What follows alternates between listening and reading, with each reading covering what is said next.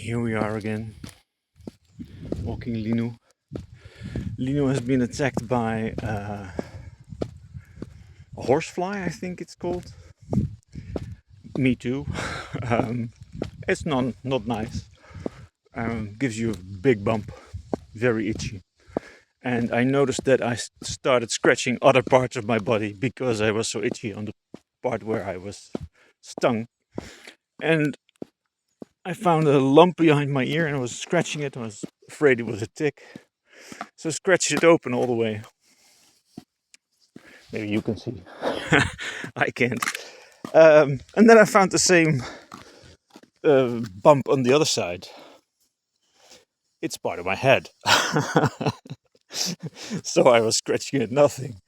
And Lino did the same thing. She was scratching at probably a bite so hard that she took off most of the skin there. And we are actually thinking about taking her to a vet or not. But when we came out, she was looking at the sky and very anxious about the flies. She's not happy with the mosquitoes and especially the horse flies. So also I'm afraid that if I go to a vet, I also get this little, the cone thing to stop me from scratching my ears. But maybe not. But it was interesting that we did the same thing. So I think I can kind of sense what she's going through. She's quite relaxed now.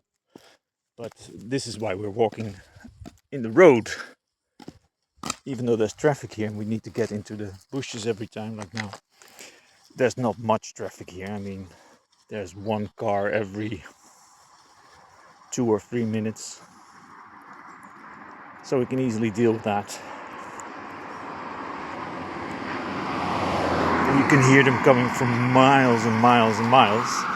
And by now she knows she needs to get into the bushes, and she has even sharper ears than me, so it's not a big problem.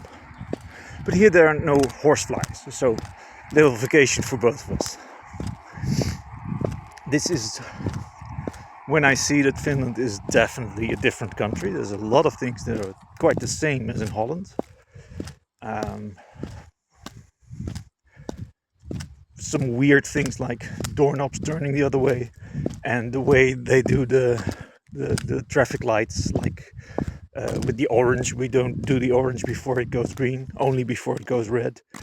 We don't do a traffic light on the other side of the street. We just stop a little bit before the traffic lights, that type of thing. But otherwise, it's pretty much the same. But it's, people take more time here. And in Holland, everything's rushed. So those are the differences. I found a couple of days ago, I was walking here and I had totally ignored a sign that I now see that said you couldn't go there. But it was unfamiliar to me, so I just walked past it. It was yellow and red, and ours are white and red, that type of thing. So I didn't really recognize it. So I walked past it, and then I didn't recognize that I was on a... Well, actually I was following Linu because I thought she knew where she was normally taken for walks, so I couldn't go wrong. She was just curious and just walked onto somebody's property, and I didn't notice because it all looks... Basically, the only thing that you see is a number, and then you know you are on somebody's property. And I didn't know that. So I was just on this guy's property, and it was pretty early. I think I woke him up, I don't know, but he was pretty pissed. And I couldn't really understand what he was saying because it was most of... I think he said something like private property in English, and the rest was in Finnish. So I just put up my hands. I was like, "Oh, I don't understand. Sorry, on taxi. I have no idea. I'm going." But he was pissed. That was clear. And of course, he had a right to be. But it's also a bit strange because, to me, in the Netherlands, in Germany, you're not allowed to be anywhere. If you're parking, you pay. If you stay more than one night, if you stay the night, it's illegal. Unless you're on a camping, unless you're in a hotel, but you need somewhere to be and it needs to be paid. Here in Finland and in Sweden, that's not true. You can just be without paying for being. And even at night, it doesn't matter. So this is a freedom that I feel here. I don't know if you can feel it, but it's like a weight is lifted. I don't need to be aware of, it's becoming night, where can I be? Kind of an anxiety that is lifted. So this was quite unexpected that this guy was really, but this is my property. Also, we have been gathering mushrooms last year, also on these people's property, and that seems to be fine. So I'm a little bit unclear about the rules and the unwritten rules, the customs, which is okay. I'm learning. And I'm gonna piss people off while I'm learning. That's okay too. Luckily, I don't. I just, when people get this serious, I have a tendency to laugh because I don't know when people get when the situation gets serious. It just seems like a play to me because, okay, here we go, there's another car. 3 years ago, I couldn't walk, I couldn't talk, couldn't move. And look at me now, I survived that.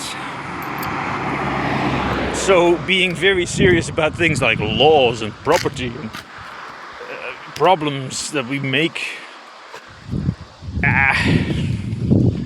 doesn't really register anymore. And the more somebody is like, oh, you have a problem, doctors tend to do that, and the more I'm laughing. So I stopped medication when I was 6 months in, and the doctors were, oh, you're gonna die, it's a problem. But I was 12 months in actually, and even it was so bad that the guy that gave me the medication, I said, well, I want to quit. But I read on the internet you have to be careful quitting this Simstatin stuff, because then you get a spike in cholesterol and you might die of that. So I want to do it the right way. But he wouldn't give me any instructions on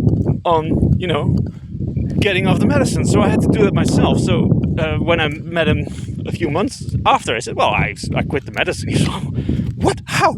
I said, well, I just took a half a pill less each week, and then luckily you did that well, because you have to be very careful with that. But he wouldn't give me instructions, or maybe he didn't think I was taking it seriously, which I wasn't. So because the more he was like, well, we know that this is true, the more I feel like, yeah, but that's statistics and I'm not a statistic, and I've lived so long for now without any doctors in statistics that would predict that I would be dead in a few months. It becomes kind of hard to take things seriously. And I know that's probably not the best way to survive, but I seem to be doing okay.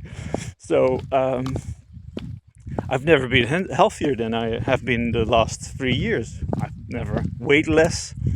Well, maybe when I was 18 or something. I've lost 35 kilos. Not by trying anything, but just because I started exercising and eating better. And I'm healthier than I've been past my 25th, I think. I feel this way anyway. And it's very hard when you feel that way and somebody's telling you, this is very serious and you need to take these pills for the rest of your life or you might die. No, I'm certain I'm gonna die. What we're talking about is how long I'm gonna live and how good I'm gonna feel about not taking pills in the meantime. And I don't feel like you're weighing that in, because I have a bad memory. Remembering to take pills is a hassle, especially if I need to think like, okay, if I don't take the pills, then I'm gonna die. Ooh. I need to put that kind of urgency on it each day in order to remember. So no, not gonna do that. Then I might die a little bit earlier, but I had a good time, which is, I think, hedonism in a nutshell. But who knows?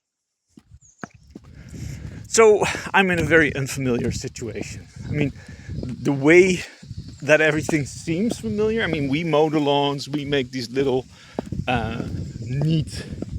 We don't have the hills, but we do like a fresh cut lawn.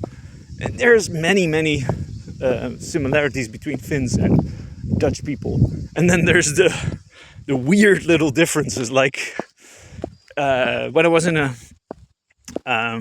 toilet the first time in Finland, I couldn't get out because I didn't realize the knob turned the other way. That's kind of a... I'm like, oh, it's stuck in. And then the guy said, well, yes, this door's been giving me problems. And oh my God, I'm stuck in the toilet. I can't get out. And turned out you just have to turn the knob the other way. And that type of little differences is probably even harder to deal with than the big differences, because you don't see them coming. Oh, this is an interesting way. Let's go here. Oh no, that's the kind of... Look, this is the sign. I can understand this is very, very clear because it's don't go there, but it's yellow and red and it's not white and red, so I don't see it. That's clear now. So my memory, my nervous system will adapt to this new environment. Okay, I have nothing to declare at the moment because I'm still waiting for the henkilötunnus and for, everything to come through in paperwork before I can start with the real stuff. So just hanging in there, and I'll keep you posted if something happens. Bye bye.